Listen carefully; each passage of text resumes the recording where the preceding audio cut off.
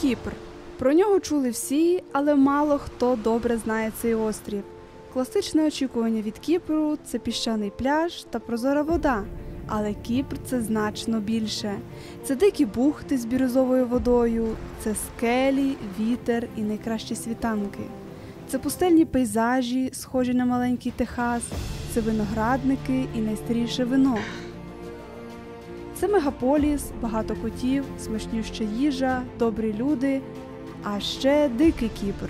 Той, який не одразу знаходиш, але зрештою саме він і закохує.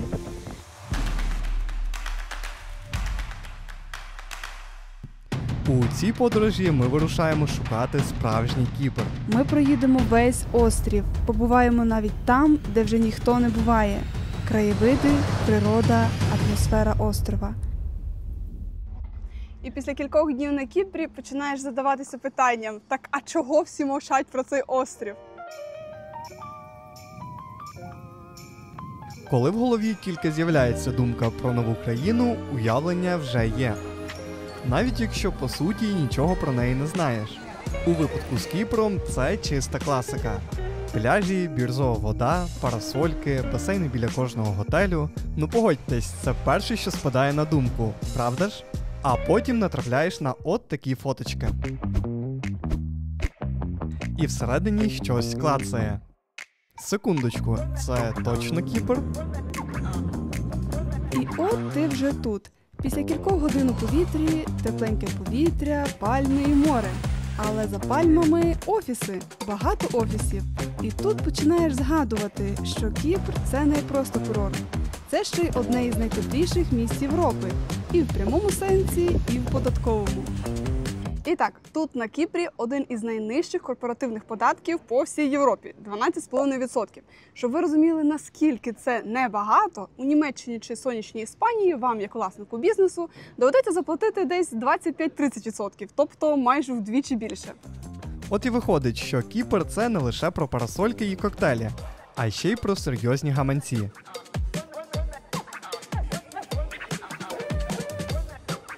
Замість пальм – айтішні коворкінги, замість пляжної торгівлі – глобальні хаби. І не лише для кіпріотів, сюди масово переїжджають компанії з Ізраїлю, України, Німеччини та Британії. Бо якщо є місце, де можна працювати, легально сплачувати менше податків і виходити на дзвінок просто з балкону з видом на Середземне, то чому б і ні? Але не податками єдиними. Тут є ще кілька козирів, які приваблюють компанії світового масштабу. І головний з них – розташування. Кіпр – це географічна розетка між трьома континентами. Годинка друга, і ти вже в Ізраїлі, Італії чи навіть в Дубаї. Формально ЄС, а по факту зручна локація для всіх.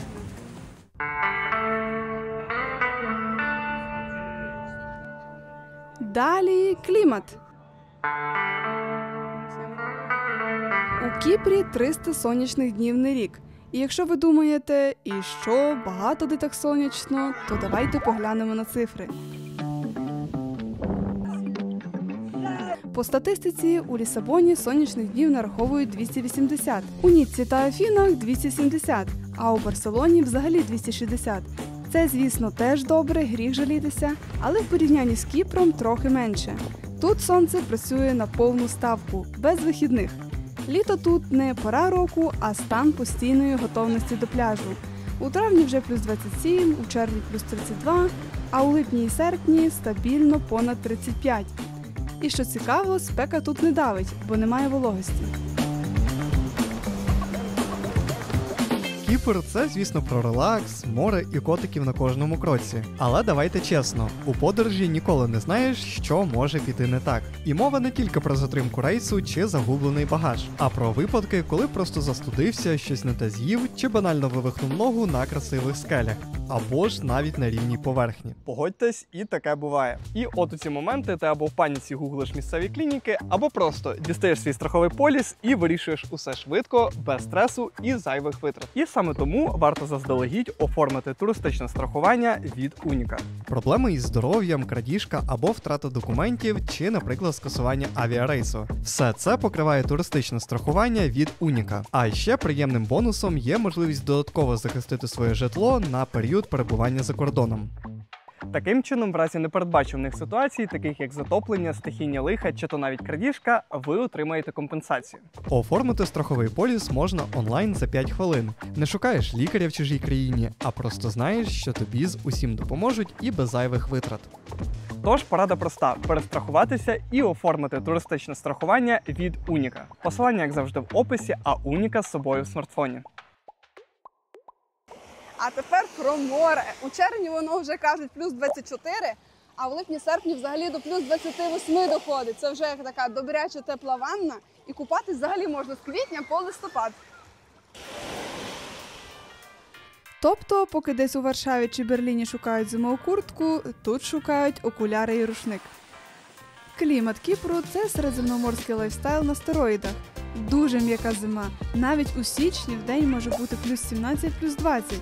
Дощів мало, настільки мало, що коли вони є, то про це пишуть у новинах. Тут все створено для того, щоб жити на вулиці. Кав'ярня – це не інтер'єр, а тінь під апельсиновим деревом. І головне – вітер з моря. Бо навіть коли спека, він робить це нелегально приємним. І ось тут виникає логічне питання. Чому ж на Кіпрі так тепло? Здавалося, просто острівець Середземного моря, а погода така, наче це Північна Африка. Та й зима тут така, що не кожна весна в Центральній Європі може позмагатись. А все через географію. Кіпр – це південніше, ніж ви думаєте. Він розташований далі на південь, ніж Туніс, далі ніж Алжир. І якщо накласти карту, то стане очевидно. Кіпр – це формально Європа, але коли йдеться про клімат, він більше схожий на Північну Африку. І це не перебільшення, бо Кіпр знаходиться не просто десь у Середземному морі, а у його найпівденно-східнішій частині, яка називається Левантійське море. Це найтепліша, найсолоніша і одна з тих частин Середземного моря, де клімат стабільний, як годинник. Вода тут повільно нагрівається і повільно віддає тепло. Тому зима тут не холодна, а літо практично не закінчується. А ще майже повна відсутність вологи в повітрі. Вітер з моря тут не душить, а освіжає. Тому 35 на Кіпрі – це не те саме, що 35 у Барселоні, Туреччині чи Хорватії. Тут це не спека, а просто літо. Приємне, м'яке, терпиме.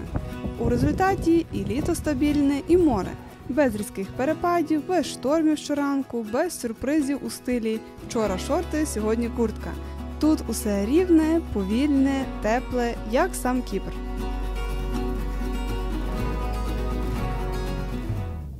Та інколи, щоб побачити більше, треба зробити крок назад. І ще трошки назад. О, є, це Кіпр. А це його прапор. Кіпр став першою країною, кому прийшла ця геніальна ідея розмістити карту себе на прапорі. А ще тут є інший прапор, і його навіть видно з космосу. Ось цей.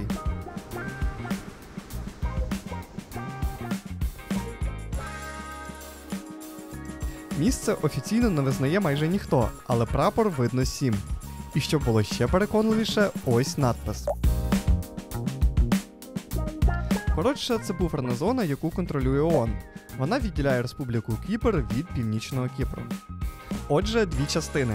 Але ми залишимось тут, де Google Maps не ламається, а котів більше, ніж поліцейських. Взагалі Кіпр і коти – це майже як Італія і піца.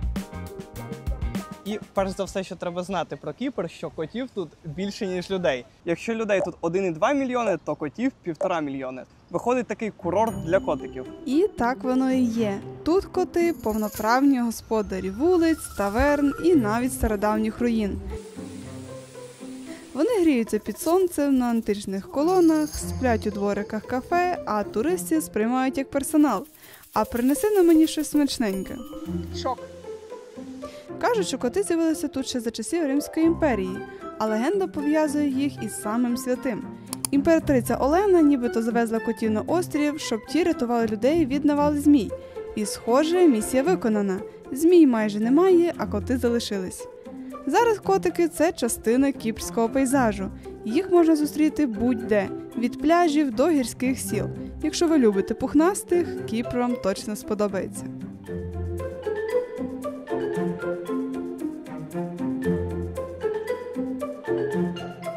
І вони тут справжні екстраверти. Покликала, прибігли. Всі троє. А де третій? Третій побіг кудись. Такі великі якісь, такі підкачені на масі.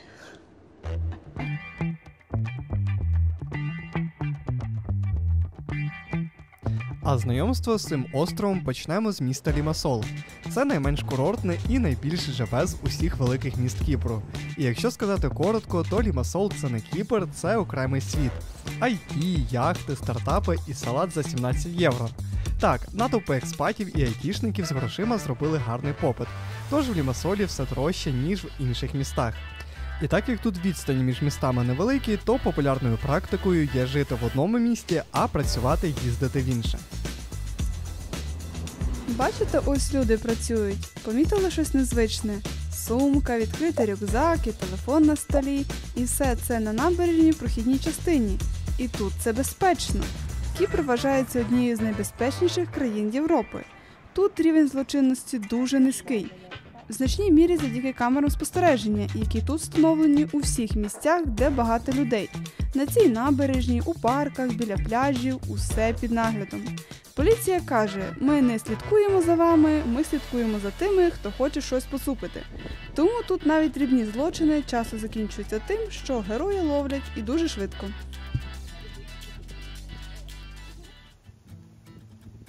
Лімасол – це неформальна бізнес-столиця Кіпру. Тут поселилося найбільше офісів міжнародних компаній, особливо з IT, фінтеху і крипти. Саме сюди приїжджають айтішники з Європи і не тільки з Європи. Багато компаній працюють на папері з Кіпру, бо тут вигідне оподаткування, англомовність і європейський статус. А ще Кіпр має багато чого спільного з Дубаєм. Згинайте пальці.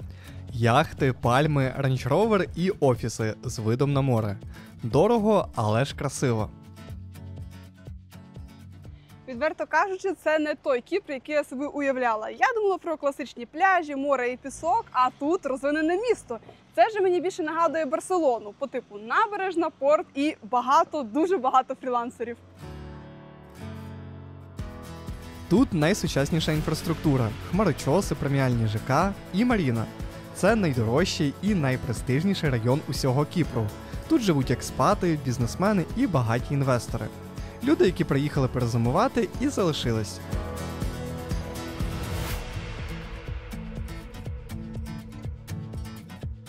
По факту, цей район вважається одним із найдорожчих у Кіпрі і взагалі у всьому Середземномор'ї. До речі, одна така вілла може коштувати від 4 до 10 мільйонів євро. Крім цього, кожна вілла має власний басейн, власну терасу і власний пірс з довжиною 20 метрів і можливість швартувати яхту до 110 метрів. Це шок. Лімасол Маріна – це не просто район із віллами. Це сучасний престижний комплекс прямо в центрі Лімасолу, поруч із старим портом і набережною. Що ж тут є? Елітні вілли та апартаменти, магазини люксових брендів, ресторани, кафе, зони для прогулянок і відпочинку з видом на море і яхти, і все це під охороною і з закритим доступом у житлові частини.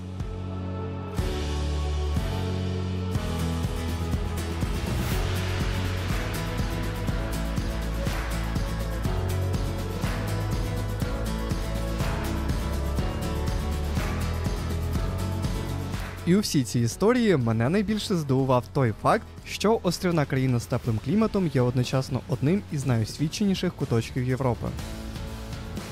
Уявіть, у 2023 році 62% населення Кіпру мали вищу освіту. Більше тільки у Ірландії, і то на 1%. Для порівняння, у тому ж 2023 році у Швеції мали вищу освіту 54% молоді. Це також крутий показник по Європі. А от в Німеччині цей показник становить всього 36%, що є нижче середнього рівня по ЄС. Це однозначно вражаючі показники і точно не те, що очікуєш від морської країни. І якщо вже згадали про водичку, то ходімо зацінимо. У Лімасолі є кілька міських пляжів, які тягнуться майже безперервно удовж узбережжя. Їх умовно поділяють на зони, але по суті це один довгий піщано-гальковий пляж, розбитий на ділянки. Набережна тут мені сподобалась, є де прогулятися, хтось фотографується, а хтось працює в місцевих кафешках. З плюсів це прямо в місті. Є алеї з пальмами, самокатами, кафе, бігові доріжки. Коротше, можна купатися прямо в центрі, 10 хвилин від кав'ярні. Але є й недоліки. Пісок сірий, вулканічний, не золотий, як на східному узбережжі. Вода чиста, але не бірюза. Часто багато людей, шум від доріг поряд, вид море і хмарочоси, а не природа. Як для ланч-брейку взагалі чудово. Але по ідеальну картинку з листівок треба їхати далі, на схід. Чого сидимо? Поїхали?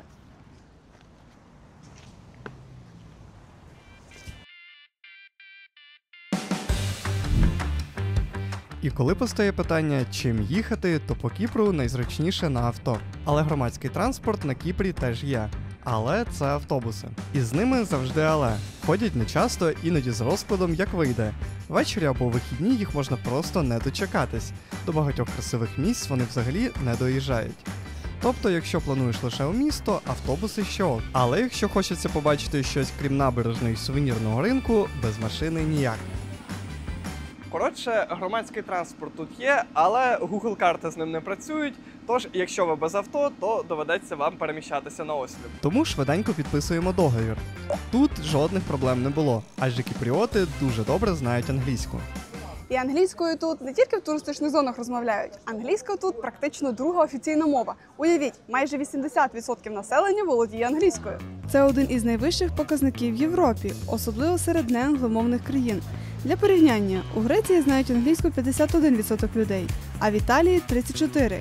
І хоч офіційна мова у Кіпрі грецька, англійська тут всюди. Чому так? Та тому, що ще 65 років тому Кіпр був британською колонією. Тому у державних документах, лікарнях, банках усюди можна звертатися англійською. Більшість вивісок тут двомовні – грецька та англійська. І багато приватних шкіл і університетів ведуть навчання теж англійською. Тож можна сміливо називати це раєм для експатів, фрілансерів та цифрових кочівників. Вони роками можуть тут комфортно проживати, а вивчення грецької відкласти десь на потім. Але давай чесно, навіть в такому мовному раю комфортно лише тоді, коли сам впевнено знаєш англійську. Тому, якщо хочеш прокачати свій інгліш, є перевірений варіант – інглішдом. Я б не згадувала інглішдом, якби сама в свій час там не навчалась, а зараз ще й парочка наших друзів. Гасло в них чесне – англійська не змінить світ, але точно змінить тебе. Це онлайн-школа, яка ідеально підходить, якщо ти постійно в русі. Уроки індивідуальні, викладач підбирається під тебе, усе гнучко. Можна вчитись з ноутбука або з телефона, навіть у дорозі. Плюс у них є мобільний додаток, спікінг-клуби і весь цей арсенал можна використовувати будь-де. Вдома, не вдома, в транспорті та хоч серед лісу, головне, щоб інтернет був. І для кращої мотивації зараз надіє акція до мінус 28% знижки і до 120 розмовних занять. Просто вводите промокод «Покутні1» і забираєте знижку. Скануйте QR-код на екрані, там безкоштовний пробний урок та персональний план навчання. Або ж традиційно шукайте посилання в описі під відео.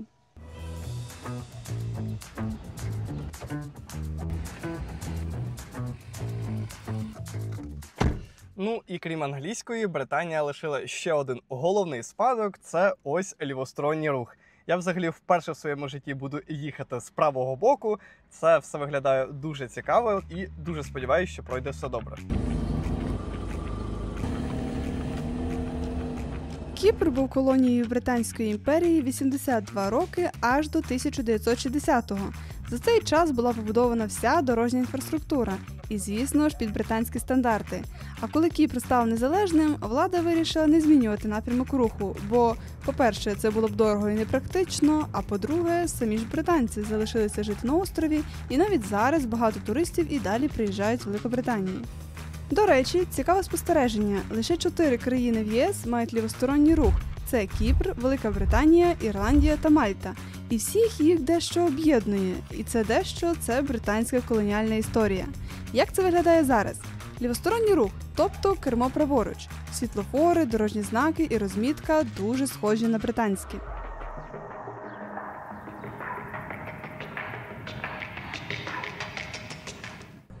Коротше, на перший погляд, це може виявитися складно, коли ти не кермував ніколи, але по факту, коли ти їдеш в одному напрямку, в одній смузі і передбачається їхати 44 кілометри, то так ото собі дивишся на краєвиди. Ну, поки що взагалі ніякого дискомфорту, тож не бійтеся, можете сміливо брати авто і їхати. Я думаю, ви кайфанете.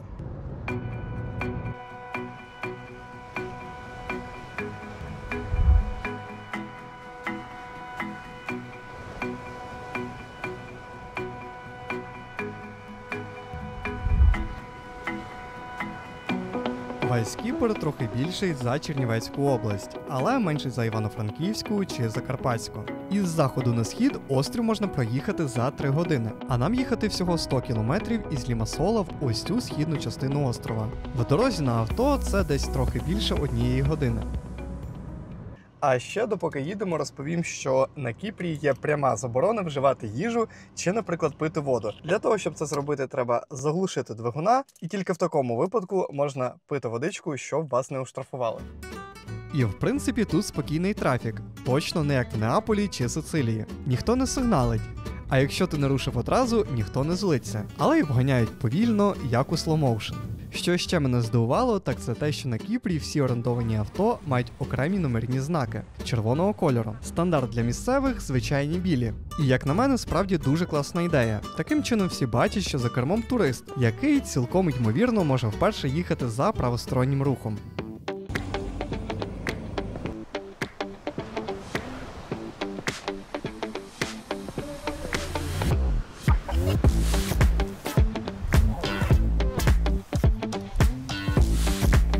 Це Айя-Напа – головне тусовичне місто Кіпру. Воно повністю орієнтоване на відпочинок, нічне життя, пляжі, бари та розваги. Колись тут було рибацьке село, а тепер кіпрська Ібіца. Вдень коктейлі, музика, танці, вночі клуби, пінні вечірки і нічні запливи з діджеєм. Тут є трошки місцевих, близько 3000. А в сезон місто роздувається до 7-10 тисяч людей, включно з туристами і з працівниками готелів та барів, які сюди приїжджають от чисто на сезон. Сезон тут з квітня по жовтень, і пік випадає на липень-серпень. В цей час тут найбільше людей, фестивалів та вечірок. Взимку більшість готелів і клубів зачинені, місто майже порожнє. Залишаються хіба що місцеві та окремі Digital Nomads. Найбільше тут туристів з Великобританії, Скандинавії та Німеччини. І їдуть сюди не просто на пляжі, а цілеспрямовано на тусовки. Тож, якщо менше 30, то, скоріш за все, ви тут уже були. А якщо більше, то, можливо, скажете, що не ваше. Але все одно цікаво подивитися. Це Ніссі-Біч, головний тусовочний пляжик тут. Водичка класична кіпрська, прозора, тепла, бірюзова. Пісок світлий, майже білий. Але найпомітніше тут – це люди. Багато, дуже багато людей. Поруч розташовані бари, кафе, прокати скутерів і саббордів. Тобто зайнятись буде чим. Ну і цей пляж, знаєте, більше для молоді, більше про потусити. Багато хто сидить уже на барі, ходять підтягнуті дівчата та підкачані хлопці, всі засмагають. І тут, знаєте, така от чіл-атмосфера.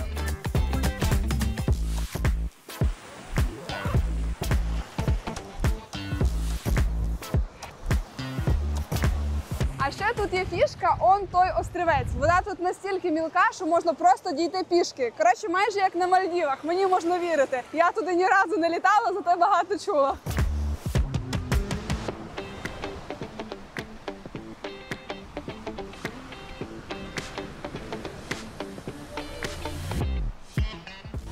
Що цікаво, що сама назва пляжу Ніссі походить від грецького слова «острів», тобто назвали на честь ось цього острівця перед пляжем. Якщо вам здалося, що цей пляж надто шумний, то, скоріше за все, вам не здалося. Рішення дуже просте – сісти в авто або пройтися пішки. І тут в 2 кілометрах є дещо підходяще. Тож, поїхали.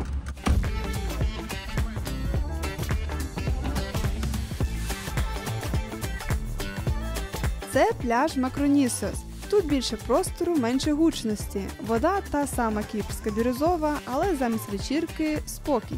Ідеально для відпочинку з дітьми.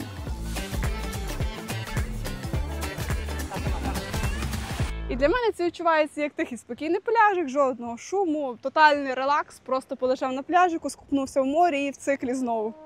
Коли хтось каже, що знайшов ідеальний пляж, я ставлюся до цього скептично. Тому що слово «ідеальний» усі використовують занадто часто. Але пляж Макронісос в Айя-Напі – той самий випадок, коли все дійсно дуже близько до ідеалу. Уявіть собі пляж, що формою нагадує хвіст дельфіна. Витончений і видовжений. Взагалі-то він навіть складається з 3 частин. Ніби хтось спеціально подбав про те, щоб у вас був вибір.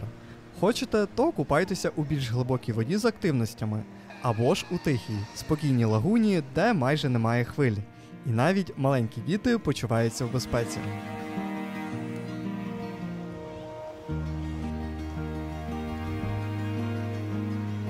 Словом, це місце дійсно може догодити будь-кому.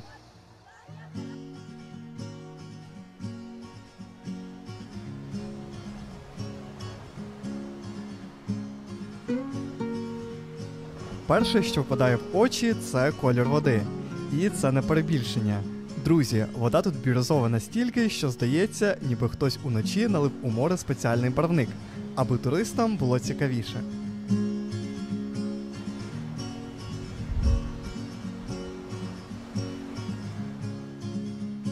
Пісок – окрема історія. Він тут дрібний, світлий і дуже приємний на дотик. Ось серйозно, я можу просто сидіти і цілий день пересипати його з руки в руку.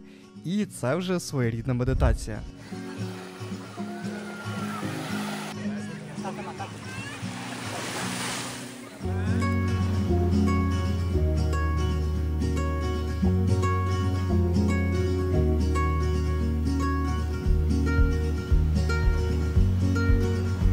Звісно, туристів тут достатньо, але дивовижно, що пляж залишається чистим навіть у розпал сезону.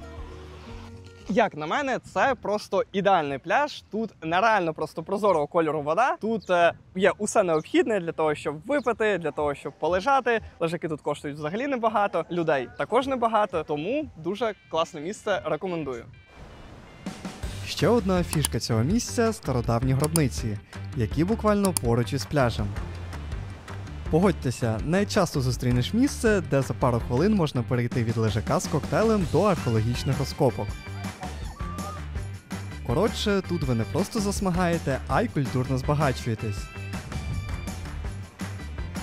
І, звісно, інфраструктура. Тут є все, що потрібно для комфортного відпочинку. Кафе, оренда лежаків, різноманітні водні розваги. Хочеш кататися на водних лижах? Будь ласка. Хочеш просто релаксувати під сонцем? Теж не проблема.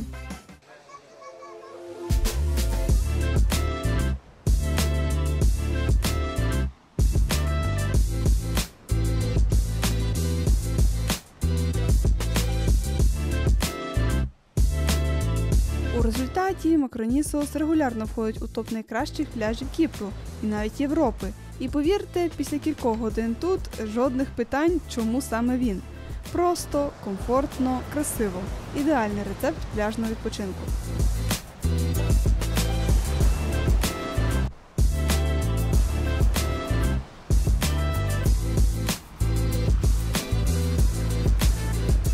Але якщо хочеться ще більше вау-картинки, то треба їхати далі. А мені хочеться вау-картинки, тому поїхали.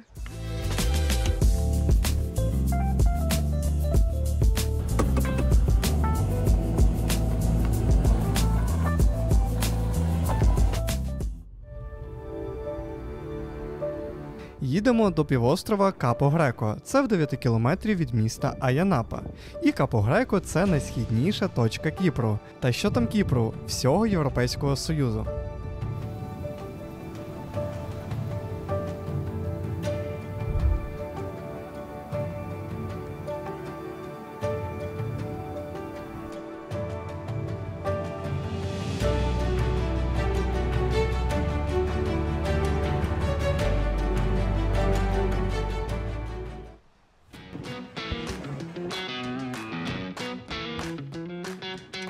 Я б сказав, що приїжджати сюди можна не тільки за рахунок цієї прозорої води, а якраз за рахунок цього рельєфу, тому що коли ми тільки сюди прийшли, я Аліні кажу, реально, подивися, це схоже на каміння з місяця. І крім цього, тут треба бути дуже обережним, тому що здерти ту коліно, дуже легко. Взагалі це офіційна природоохоронна зона. Тут не можна будувати готелі, ловити тварин або вирубувати рослинність. І завдяки цьому тут максимально дика природа. Площа цього національного парку майже 400 гектарів. І ця зона має особливий статус, який ЄС дає для охорони біорізноманіття. А ось ці скелясті береги і є головною фішкою цього півострова. Це те, що відрізняє його від інших пляжів тут поблизу, і це те, по що їдуть всі, абсолютно всі з усього острова. І тут може виникнути цілком логічне питання, а як ці арки взагалі утворились? Виявляється, це все вапняк, він легко піддається ерозії. Ну, а найбільше мене забавляють ось ці всі камені, і взагалі тут треба ходити дуже обережно, але з хорошого можна зробити отаку фотку, типу тут тримаєш камінь. І от вода і вітер вимивали ці отвори десятки тисяч років.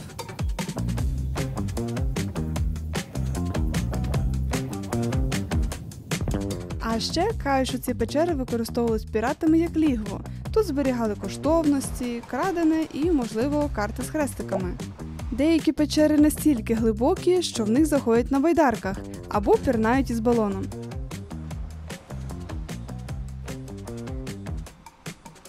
А ще це улюблене місце зупинки пташок під час міграції. Уявіть, наш український соловей летить якраз цим маршрутом і десь тут робить зупиночку. Перепочив і полетів далі. Сам Кіпр солов'я не влаштовує, тому він летить далі десь в північну чи східну Африку. Ну так, солов'ям можна позаздрити. Просто погляньте, який колір цієї води. Інколи навіть задумуюсь, а чи легально мати таку чисту і прозору воду? Європейське агентство з охорони довкілля каже, що легально. І навіть більше, за їхніми офіційними звітами, Кіпр регулярно входить у топ-3 країни Європи з найчистішою морською водою, а іноді і на першому місці. І це видно, бо коли ти стоїш на скелі, а під тобою видно дно, це вже не море, це акваріум просто без стінок.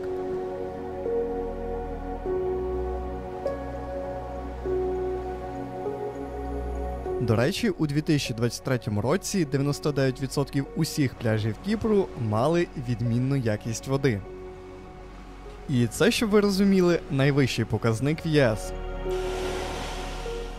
Мені це місце нагадало португальське Каво-де-Рока. От аналогічно якийсь півострів, якийсь як мис, як крайня точка, далі тільки океан, в нашому випадку море, але щось дуже схоже. Що відрізняється, так це рельєфи. Якщо там були гарні зелені пагорби, то тут такі кам'яні породи. Картинка інша, але по-своєму особливо красива.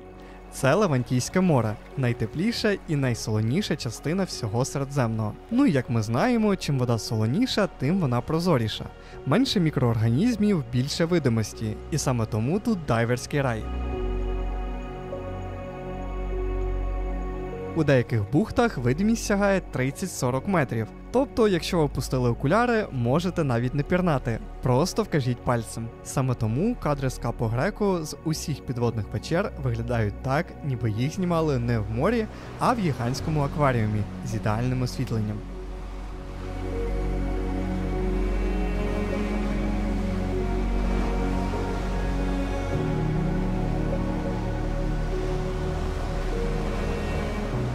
Коротше, відчуття наче на краю світу. І візуально, і ментально.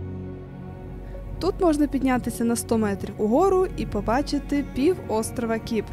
Адже ці 100 метрів над рівнем моря – це найвища точка всього південного сходу острова. Тут з оглядових майданчиків видно одразу два курорти.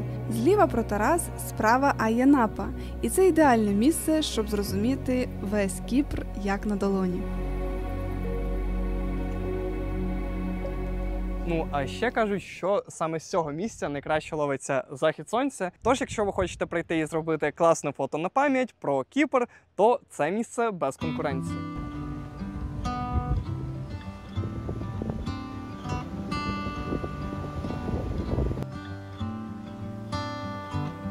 Ви не повірите, але на Кіпрі всі пляжі безкоштовні. Усі. Від Ларнаки до затоки Афродіти. І не тому, що держава така щедра, а тому, що закон. І він простий. Море належить усім. Навіть якщо перед вами п'ятизірковий готель з басейном і пальмами, а за 5 метрів пісок і хвилі, ви спокійно можете там розкласти рушник і засмагати. І ніхто вас не прожене. Бо це не територія готелю, а територія свободи. Так, жоден пляж на Кіпрі не може бути приватним. Ніяких парканів, охорони чи табличок «Only for guests». Це не Італія, де іноді навіть до моря не пройти без квитка, і не Франція, де лежак коштує як вечеря в ресторані. Але є один нюанс. Комфорт – це, звісно, зовсім інша історія. Парасольки і лежаки тут не безкоштовні, десь приблизно 2,5 євро за лежак, 2,5 за парасольку. Інколи буває комбо за 7 євро, 2 лежаки плюс парасолька, але, в принципі, вас ніхто не змушує це все брати орендувати. Берете рушник, шуруєте на пісок і все, комбо безкоштовне.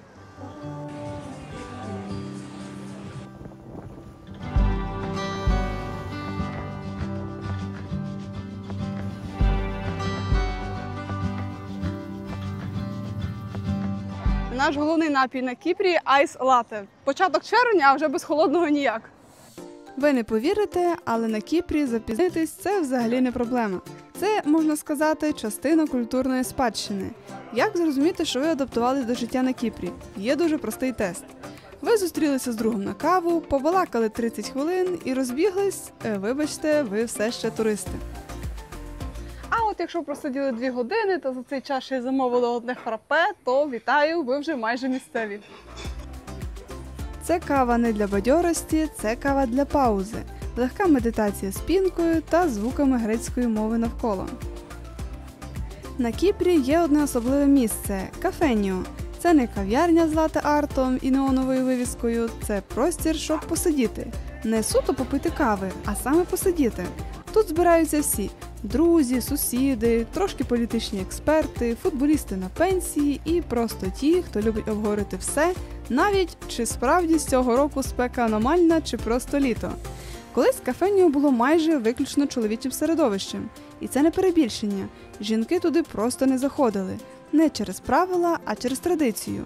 Але часи змінюються, і тепер кафеніо – це спільна тема. До речі, фрапе – це не просто напій, це, можна сказати, місцева релігія. Його готують із кави, льоду, молока і цукру. Але з'явилося фрапе ще задовго до того, як хтось взагалі тільки подумав про айс-лате. Хто б не сів за столик, один фрапе і ти вже частина кіпрського ритму. А ритм життя тут – це не просто темп, це окремий музичний стиль. В державних установах обід – це не з 13 до 14, це десь до 2, не турбуй, у мене салат і спокій. У приватному секторі сієста триває 3, а то й 4 години. І ні, це не технічна пауза, це офіційний стан буття. На робочому місці можна легко почути щось на кшталт «На вулиці плюс 36, я не працюю, я живу і бажано в тіні». І коли ти приїжджаєш сюди, то спочатку хочеш все встигнути, а потім розумієш, що спішити тут не треба, бо головне – це жити в моменті.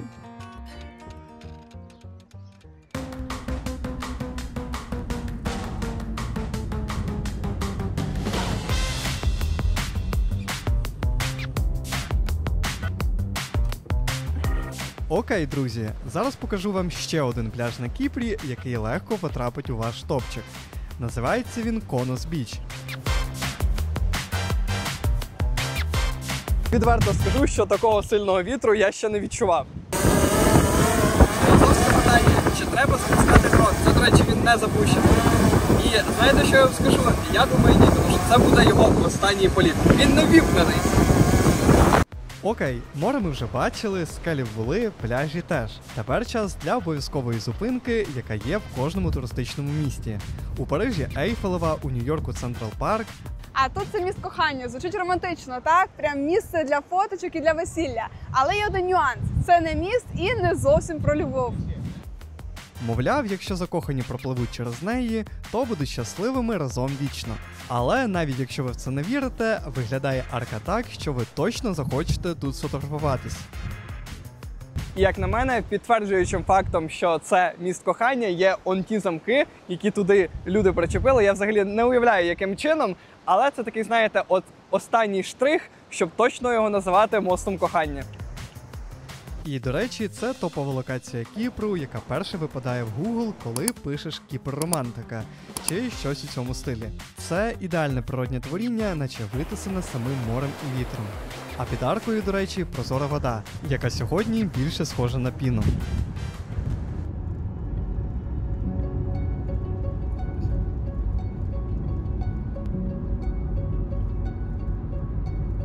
Ну а завтра на нас чекає дикий захід Кіпру і місто Пафос, яке, судячи з назви, страждає від дефіциту скромності. Ну а поки пропоную насолодитися заходом, який, чесно кажучи, теж нескромний.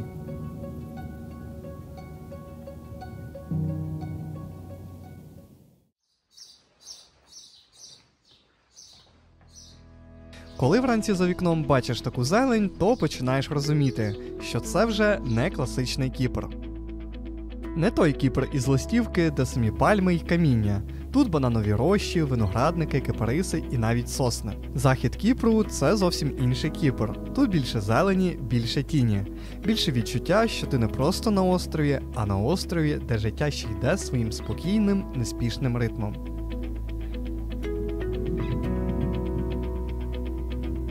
І ми ще з вікна готелю побачили дещо, що змушує нас закинути речі в авто і таки зазирнути. А ще поруч виявляється і ось така бананова роща. Схоже, що головний врожай вже зібрали, але подекуди можна зустріти ось такі от грони бананів. Виглядає дуже навіть так екзотично. Ці плантації тут давно, ще з часів, коли Кіпр був британською колонією.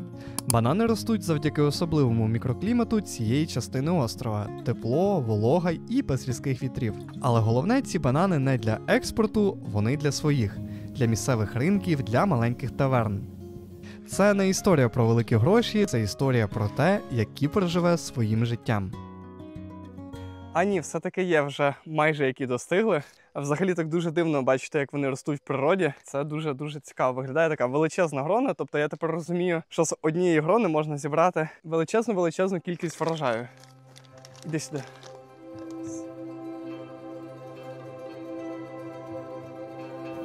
Це Корал-Бей, не місто і не село.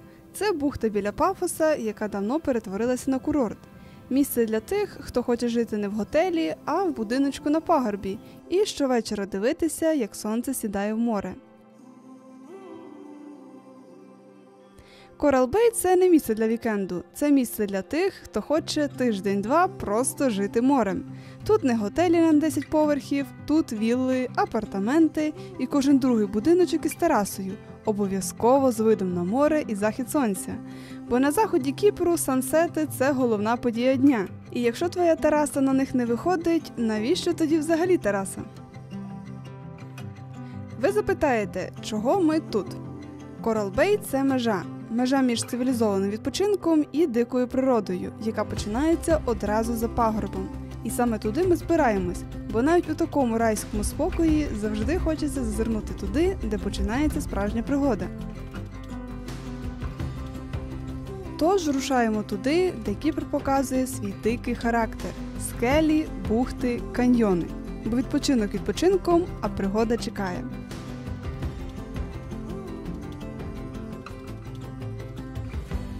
І величезна перевага переміщуватися на авто на Кіпрі – це те, що можна зупинитися з видом на отаку от панораму, там позаду мене море, якісь будиночки маленькі. Виглядає це все неймовірно красиво, але нам треба рухатися далі. Приїхали. Спершу виглядає стоянка як стоянка, а за кілька кроків – це.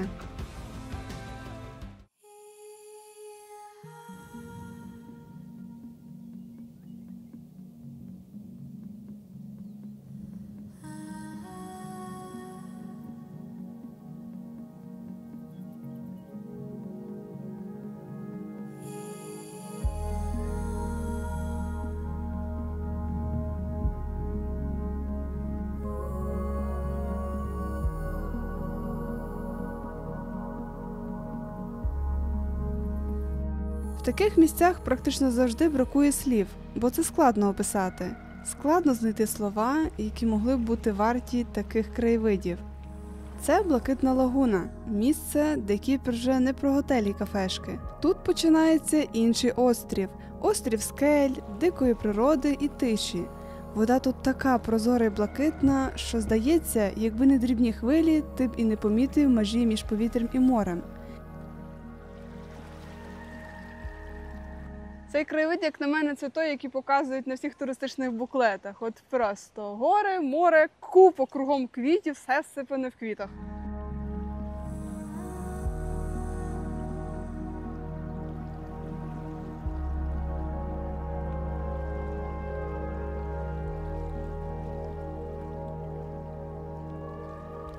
Як на мене, це все виглядає як якесь несправжнє, тому що там пляж, прозора вода, кругом квіти, екзотичні рослини, краєвид зі скелями. І виглядає воно так, не начебто зібрали все найкраще і помістили ось тут. І я Аліні кажу, це точно те саме, що ми бачимо на туристичних ось цих от путівниках. Ці скелі стоять тут століттями і ніби охороняють цей шматок узбережжя від натовпу людей. Бо щоб потрапити сюди, треба постаратися або морем, або по кам'яних дорогах. Це не пляж, який з рівним пісочком, де все для зручності. Це пляж, який треба заслужити, хоча б тим, що ти сюди дістався. Спершу їхав серпантином, потім ішов пішки. Але винагорода – тиша, простір і море, яке виглядає так, ніби його і не торкалася цивілізація.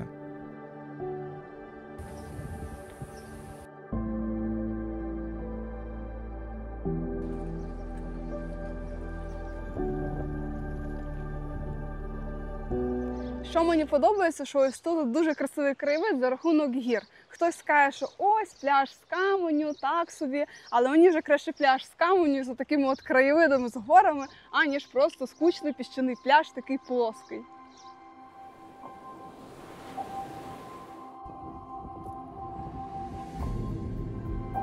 Ось він, Західний Кіпр, скелі, печери, бухти. Тут природа створила ідеальні місця, щоб сховатися від світу. Місця, куди хочеться втекти хоча б на годину, щоб просто подивитися на море і послухати, як воно говорить своїм вічним шумом. Це місце створене не для активного відпочинку, а для того, щоб зупинитися і просто бути. Бути поруч із морем, поруч із собою.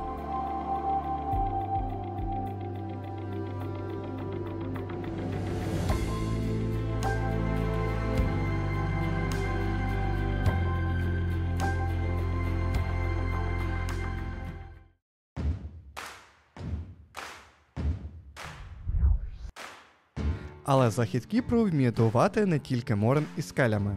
А далі на нас чекають кам'яні стіни, вузькі стежки і тиша каньйону, яка звучить голосніше за будь-яку музику. Але туди ще треба дістатися. Дорога вузька, звивста, але колоритна. З одного боку пагорби й сосни, з іншого зелень, бананові рощі, виноградники й поля, які наче з картинки.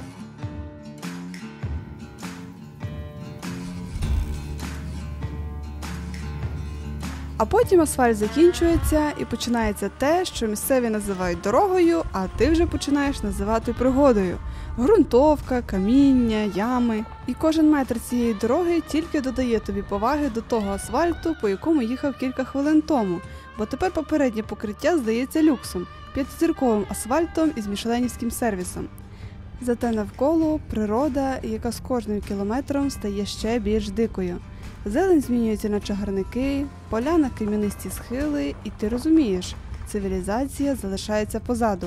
А попереду той Кіпр, який ще пам'ятає ті часи, коли не було нічого, крім стежок і пастухів. І нарешті, після 30 хвилин такої подорожі, нам трапилися попутники. І знаєте що, підходять вони до нас, і я думаю, окей, зараз запитають, там, як проїхати, яка дорога, якось обмінятися досвідом. А ні, вони кажуть, почекайте, будь ласка, пару хвилин, ми поїдемо перші, бо ми будемо їхати швидше. І реально вони починають їхати так швидко, що от буквально в кілька секунд, і ми вже їх загубили, бо вони були дуже-дуже-дуже попереду. Я в шоках. Лишаємо авто на стоянці, і це, по суті, остання крапля цивілізації. Далі тільки каміння, стежки й скелі. Сюди можна доїхати лише на авто, а автобуси сюди не їдуть. Тут є маленька кафешка у вигляді вагончика. Таке собі місце, де можна взяти холодну воду, каву або щось швидко перекусити. Далі вузька стежка. Вона веде до входу в каньйон. Стежка коротка, близько 500 метрів, але цього вистачає, щоб відчути, ти вже далеко від пляжного Кіпру. Навколо зелень, кущі, квіти, якими буквально всіяні схили й узбіччя. Шлях, звичайно, до каньйону надзвичайно красивий і мальовничий. Ці квіти – це тут просто щось. І мені дуже цікаво, їх тут висадили, чи то вони з самого початку тут росли. І що реально цікаво, ці квіти не садили люди. Це дикі види. Їх тут багато, бо клімат і ґрунт тут ідеальний для таких трав і чагарників. Весною і на початку літа ця місцевість перетворюється на природний ботанічний сад. Тут прохолодніше, вологіше, і завдяки цьому в ущелині ростуть рідкісні для Кіпру папороті, мохи, дикі трави. По мальовничості всі 10 з 10, просто все встелено цими кущами, з цим рожевим цвітом, виглядає дуже красиво, струмок, квіти і ця стежка, яка час від часу переходить то на одну сторону струмка, то на іншу. І все це поміж двох великих скель внизу впадині.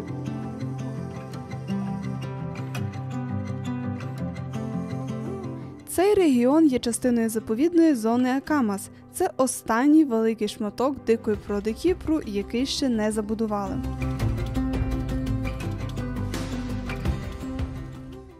Тут поміж скель така прохолода відчувається.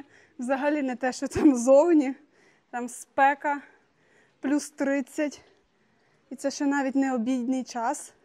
А тут прохолодно, вологе повітря, легко дихається. Кайф. І що далі йдеш, тим більше відчуваєш тишу. Навколо тільки вітер, аромати трав і звук твоїх кроків по камінню. І десь там, попереду, починається той самий Авакас – каньйон, який варто побачити хоча б раз у житті.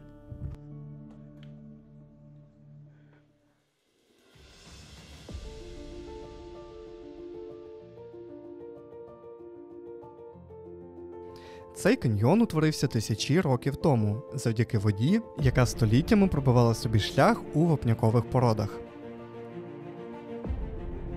І сьогодні Авакас – це вузька ущелина, яка місцями стискається настільки, що ти йдеш, майже торкаючись обома руками скель.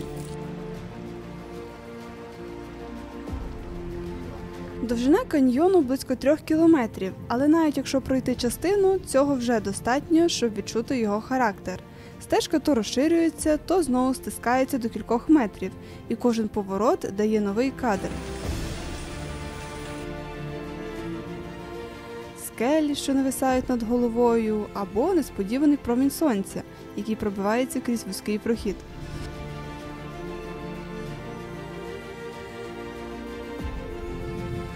Взагалі, як на мене, виглядає як сцена з фільму. Не вистачає тільки якогось легкого туману або щоб вечоріло. Тут ось водичка крапає з самої стелі, якесь таке цікаве каміння, коріння, взагалі не зрозуміло. Ну, це скоріше не стандартний Кіпр, який всі звикли бачити. І я, мабуть, вперше в такому каньйоні. Він дуже величезний, тут метрів 30, можливо, вгору. І що саме головне, як Аліна вже казала, що тут дуже прохолодно, дуже добре, коли спека. Тож сюди можна приходити будь-коли. Кави приливаються, сонце разом з тінями, дуже гарно виглядає. Може виглядати трошки небезпечно, але ви не хвилюйтесь. Там на початку була табличка, що камені можуть падати. Тож просто, щоб ви знали, час від часу дивилися вгору і розуміли, що така небезпека є. Каміння тут падають, можу підтвердити на власному досвіді.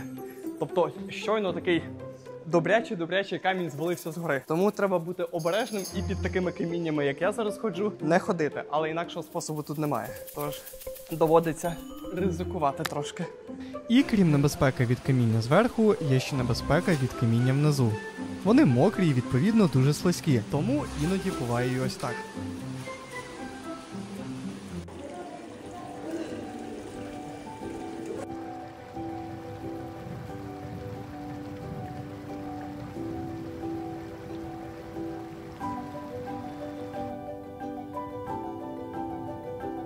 А нам час повертатися ближче до цивілізації, бо цей острів ще має чим дивувати. І є речі, які варто побачити або спробувати.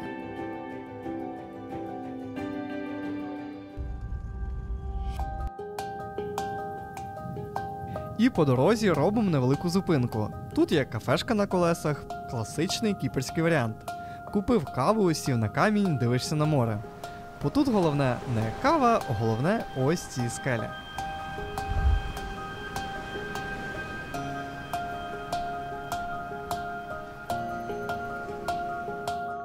От здавалося б, нічого особливого, просто скелі, море, якісь острівці, а все настільки гарно поєдналося, що просто проїхати повз і не зупинитися було нереально.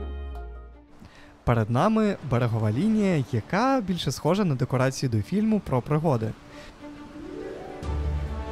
Ці скелі формувалися мільйони років. Шари вапняку, відшліфовані вітром і морем, утворили вертикальні стіни, що стоять тут як пам'ятник часу. Тут немає огорож, готелів чи сувенірних крамничок. Лише природа і море, яке постійно нагадує, хто тут справжній господар. Це місце про свободу, про те, щоб зупинитися на 10 хвилин і просто вдихнути море. Про те, щоб сфотографувати ці скелі і знати, ти бачив Кіпр не з готельного вікна, а таким, який він був завжди – диким і прекрасним.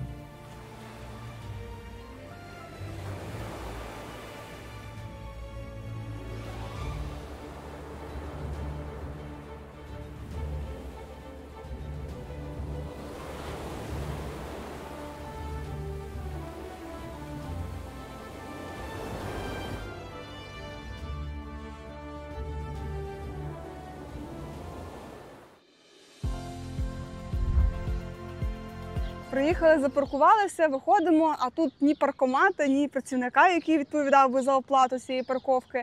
Бачимо, проходить якась пара, запитуємо, а як, власне, заплатити за парковку? А вони кажуть, а вона безкоштовна. Каже, це Пафос, каже, це не Європа, тут типу парковка безкоштовна. Я така, ого, класно. Ну, ми посміхалися один одному, тому що дійсно дуже прикольно, що на відміну від Європи тут парковки безкоштовні.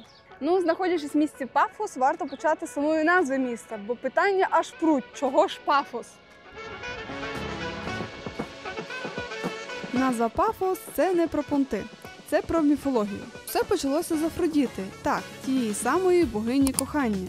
За легендою, вона народилась із морської піни саме тут, на Кіпрі. А Пафос був першим містом, де її почали шанувати. Тут навіть був головний храм Афродіти в усьому античному світі. Тобто Пафос – це не понти, це справжній культ. Але якщо задуматись, богиня кохання, пінне море, мозаїка, то все ж таки трохи пафосу тут є. Просто іншого, скажімо, культурного. Перші 5 хвилин у Пафосі і ти ще думаєш, що потрапив у чергове прибережне містечко. Готелі, пальми, сувеніри, кафе. А потім ось це – археологічний парк Пафоса. Величезна територія просто посеред міста.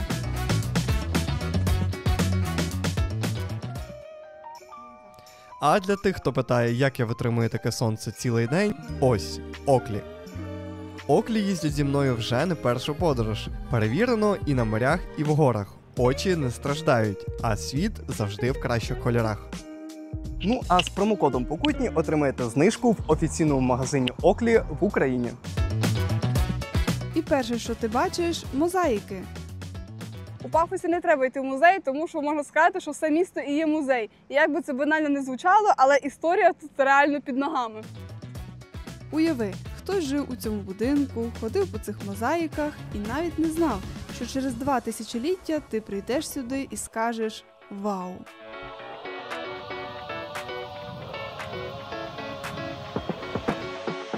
Усе це римський період, 2-3 століття нашої ери. Колись тут була елітна вілла, а поруч інша, і ще одна. У Пафосі їх знайшли десятки. Вілла Діоніса, вілла Тесея, вілла Орфея. У кожної своя підлога.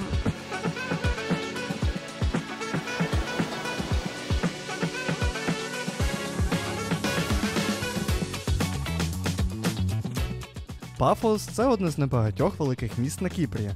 Але якщо Лімасол – це про рух, тусовки і постійний двіж, то Пафос зовсім інший. Тут життя плине повільніше, люди нікуди не поспішають, насолоджуються морем, вечірнім бризом і тишею маленьких вуличок. Це місто про спокій і затишок.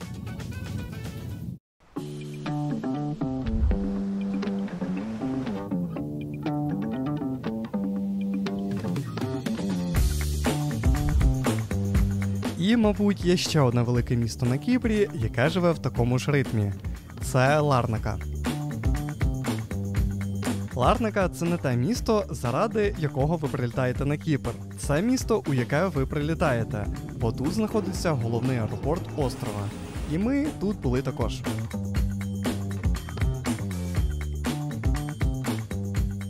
Ви не повірите, але ось цей солідний номер, я б сказала, коштує 65 євро. І це з сніданком і ще з одною прикольною штукою. Зараз покажу. Басейн. Але для чого басейн, якщо море поруч? Тож ідемо.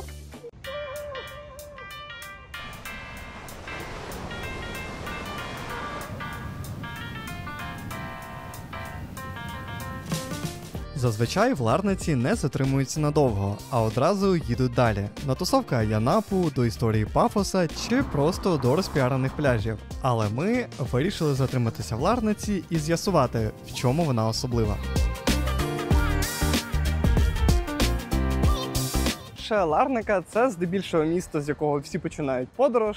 Тут реально багато туристів, але найкрасивіше, що ми тут знайшли, це якраз таки набережна. Вона тут максимально доглянута і за рахунок моря виглядає, знаєте, максимально магічно. Вона довга, чиста і місцями навіть надто красива для такого спокійного міста. Пальми, ресторанчики, кав'ярні, яхти у пристані. Картинка настільки ідеальна, ніби спеціально створена для релаксу. Ну, а з варіантів перекусити може бути ось така ось піта. Її тут готують взагалі дуже багато де. І найкраще її буде з'їсти з видом на море на набережній. Друге – коти. Їх тут настільки багато, що здається, ніби вони проводять тут якісь таємничі котячі конференції. У кожному дворі, на кожному вікні, під кожним деревом – коти, які поводяться так, ніби саме вони власники цього міста, а люди тут просто гості. А місцями квіти, аж дуже гарні. Взагалі це дерево, але така пишна зелень – це щось. І, звісно, історія.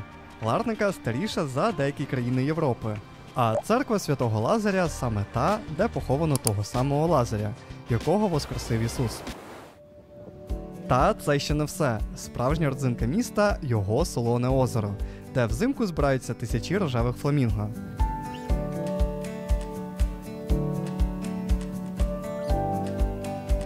Та, щоправда, побачити їх можна тут тільки взимку. А влітку озеро буде виглядати якось так і без фламінго. І хоча пляжі Ларники далеко не найкращі на острові, бо в основі їхнього ґрунту вулканічний пісок, людей це не зупиняє. Мабуть, справа в атмосфері, коли ти розумієш, що за щастя не потрібно платити багато.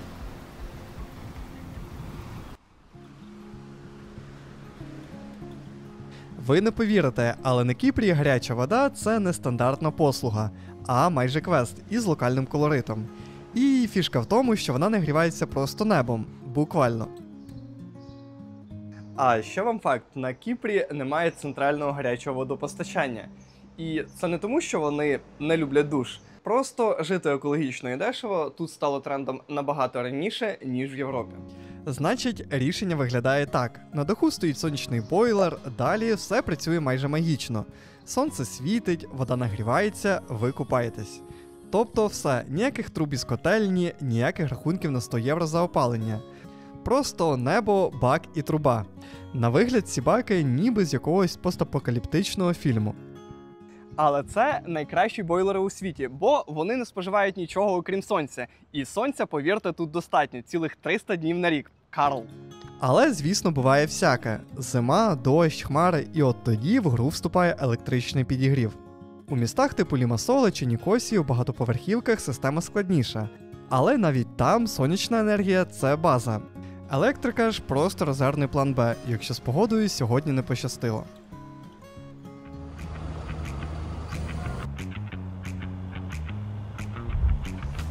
Здається, що ми вже бачили весь Кіпр. Узбережжя, скелі, каньйони, лагуни. Але ні, є ще один Кіпр, не схожий на все те, що ми бачили досі. Це гори, так, уявіть собі, на острові, який здається суцільним пляжем, є справжні гори. Гори Троодос – це серце острова. Найвища точка – гора Олімпос, 1952 метри. Це ті самі гори, де взимку лежить сніг і навіть можна кататися на лижах. Тут інше повітря, інші кольори і навіть інший ритм життя. Тут замість пляжних рушників – стежки-виноградники, замість морських бризів – прохолодний гірський вітер. Тут і водоспади, старі монастирі, і села, які ніби забули, що 21 століття вже давно настало. І почнемо ми знайомство з цим Кіпром із ще однієї його візитівки – вина. Ми приїхали в село Омодрос, місце, де виноградники ростуть на схилах гір, під сонцем, яке тут не пече, а зігріває. У нас ці грабіжники. Чуєш, собака? Ану, будь ласка, вилізь. Тобто не можна песиків перевозити в машині. Давай. Можна песиків привозити.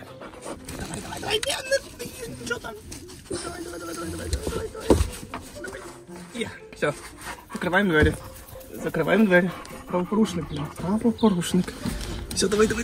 Все. Все, виходь. А на вході тут 2 охоронці. Але ми ж теж знаємо, які вони охоронці. Ми приїхали в сучасну виноробню з традиційним характером. Тут усе просто. Вино – це частина життя, частина історії і частина того, чим цей регіон пишається. Це регіон Тродос. Тут найкращі умови для винограду. По-перше, сухе повітря, кам'янисті ґрунти і 800 метрів над рівнем моря. І воно тут смакує інакше, бо тут воно згори, із землі, що дає винограду свій особливий характер, і з людей, які роблять його не для масового ринку, а для тих, хто хоче спробувати справжній Кіпр. There is a red one and white. В першу чергу тут дуже і дуже красиво. Тобто навіть якби не вино, то все одно сюди є сенс приїхати, тому що гори, всі такі зелені, це такий гарний контраст звичайному, скажімо, стандартному Кіпру, який ми звикли бачити. Кіпр – один із найстаріших виноробних регіонів світу. На острові виноград вирощували ще понад 5 тисяч років тому. І досі тут збереглися місцеві сорти, яких більше ніде немає. Завдяки гірській місцевості, а ще перепадам температур вдень і вночі, а ще вулканічним ґрунтам, тут виноград дозріває дуже повільно, і завдяки цьому виноробам вдається зберегти ароматичні нотки і кислотність вина, особливо білого.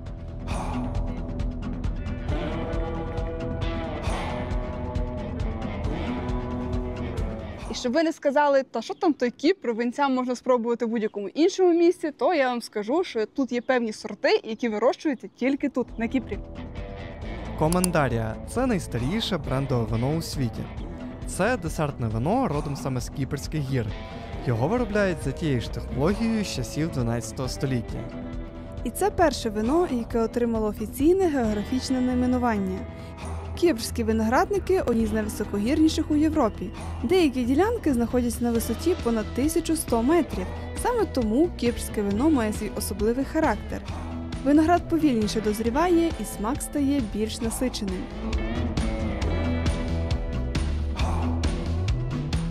А як же тут красиво! От все ж таки, мабуть, людина, яка хоче знайти гори, яка любить гори, вона їх знайде кругом. Навіть якщо це острів, де, здавалося б, мають бути тільки пляжі, пальми і пісок. Ні, ось вони гори. Красиво. І саме тому ми туди й направляємось. Далі вглиб гір, а саме до водоспаду. Так, на Кіпрі є водоспади. І один із них особливий – Міломеріс. Найвищий природний водоспад Кіпру – 15 метрів. Не Ніагара, звісно, але для Кіпру це максимум. І що головне, він не пересихає навіть у спеку. Вода падає постійно, рік за роком. Шок. Ліс, пташки співають. Звісно, Карпатам це взагалі не конкурент, хоча на Кіпрі це такий, знаєте, ексклюзив. Дорога сюди – це 10 хвилин пішки крізь тіні прохолоду. Принаймні так планувалося. А по факту від стартової точки Google Maps пішки 30 хвилин. Хоча, як ми побачили пізніше, тут можна під'їхати ближче. І тоді лишається всього 10 хвилин. Маємо ось такі от місточки, переходи. Взагалі не класичний Кіпр, скажіть. Наша стежка веде під соснами, олеандрами, уздовж мохи, дикі папороті, і ти йдеш і не віриш, що це Кіпр. Дуже незвично для Кіпра, так? Дуже. Пташки. Бо Кіпр – це ж про спеку і сухі ландшафти, а тут вологість, тінь, свіже повітря.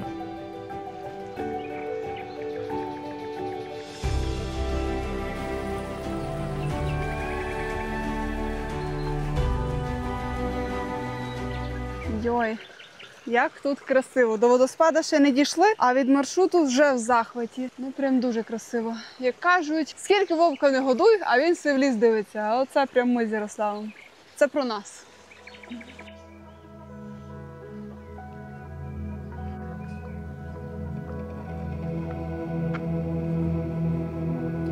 І ось він – Міломеріс. Чесно кажучи, знайти його було дуже непросто, тому що і карти сюди не ведуть, і жодних вказівників по дорозі не було. Уже буквально на підході з'явилися перші вказівники, водоспад, і ось нарешті знайшли, трошки покружлявши, звісно.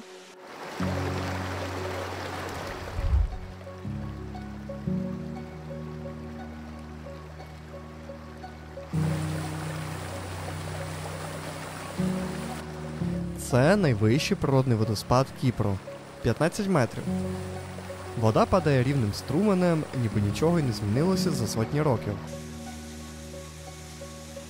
Офіційно це мій найвищий водоспад, та ще й такий красивий серед скель. Я в захваті. Холодна, але не крижана.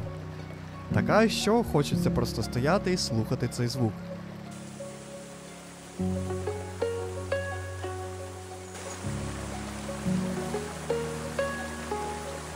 Одним словом, це дуже нетипове для Кіпру водоспади, такі як в Карпатах. Я цього точно не очікував побачити, будучи на Кіпрі.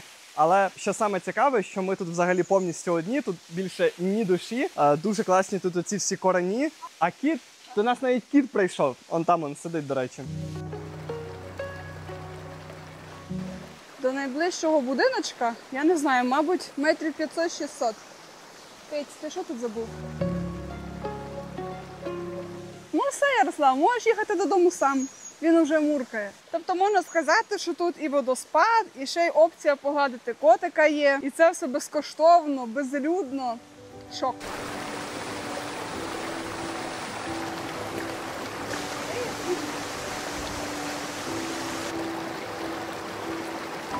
Все ж таки я маю перепригнути. Воно тут недалеко. Ще тут вода надзвичайно прозора, тільки не вистачає якихось рибок, які тут виплавали. Він реально дуже високий. Я, мабуть, ще таких високих взагалі не бачив. Єдиний, звичайний мінус, що тут немає ніяких вказівників, як сюди добратися. Тому ми лишили машину, пройшли спочатку вниз, потім наверх і все ж таки якось дознайшли. Така от, я б сказав, прихована перлина Кіпру. Міломеріс не про масштаб. Він про спокій, про те, що навіть на сонячному і сухому Кіпрі можна знайти куточок тиші й прохолоди.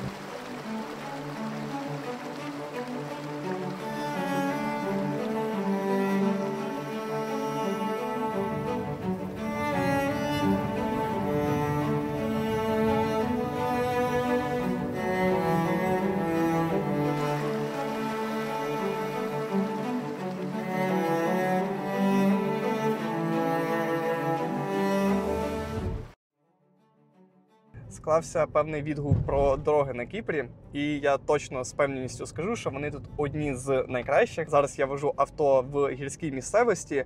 Тут кругом світловідбивачі, на дорозі нанесені смуги, щоб то скинув обов'язково швидкість. Знаків просто неймовірно багато. І також саме покриття взагалі без ям. Ну, тріщин, звичайно, є, але розмітка чудова, світловідбивачі, тобто все для безпеки.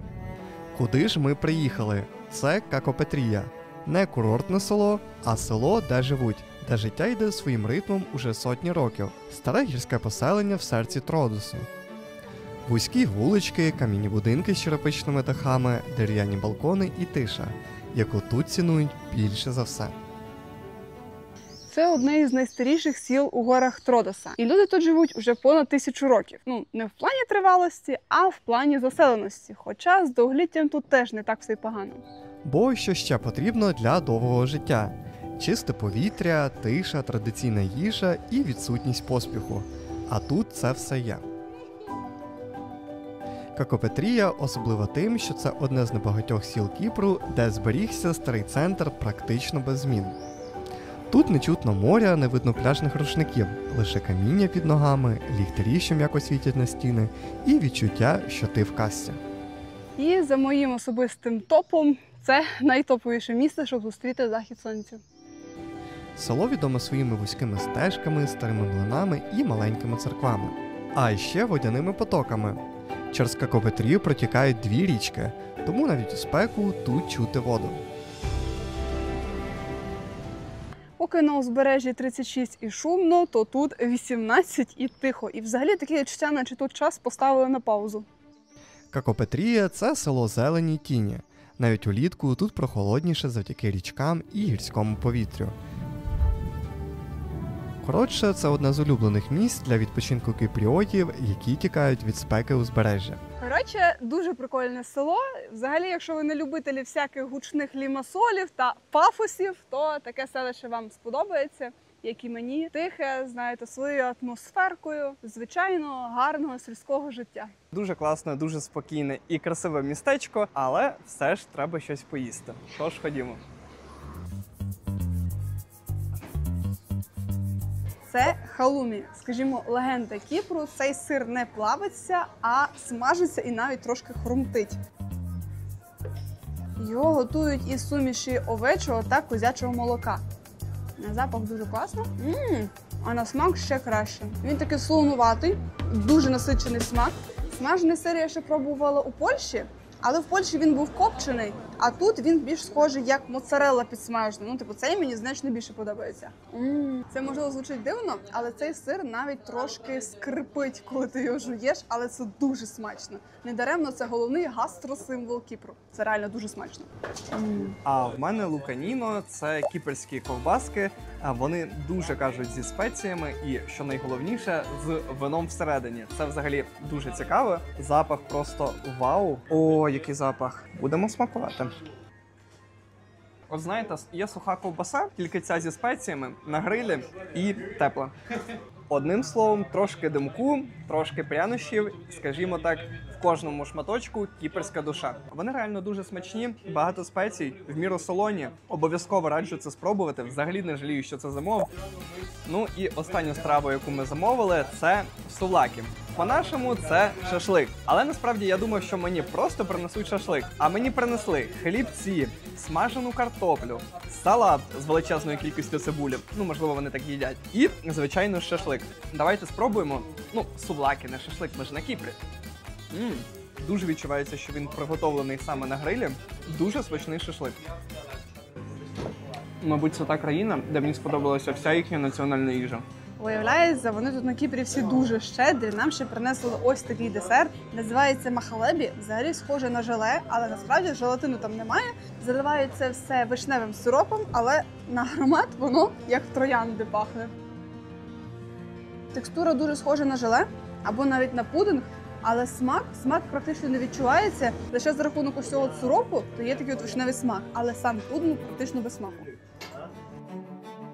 Кіпр здивував нас максимально. Чесно, ми особливо нічого й не очікували. А вийшла одна із найнасиченіших подорожей за останні роки. Від ідеальних пляжів і дикої природи до каньйонів і гір водоспадів. І завдяки вашій активності нас уже майже 100 тисяч на каналі. То майже, розумієте, непорядок. Давайте разом дотиснемо до 100 тисяч. А наступний випуск буде про країну, яку ви вже давно чекаєте і питаєте в коментарях – Нідерланди.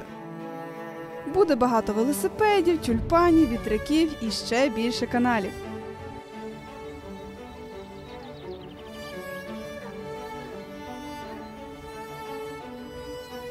Так що, якщо не підписалися, то саме час. А ще ставте вподобайку, пишіть коментарі і надсилайте друзям, адже це дуже сильно допомагає просуванню відео і дає нам натхнення на нові випуски.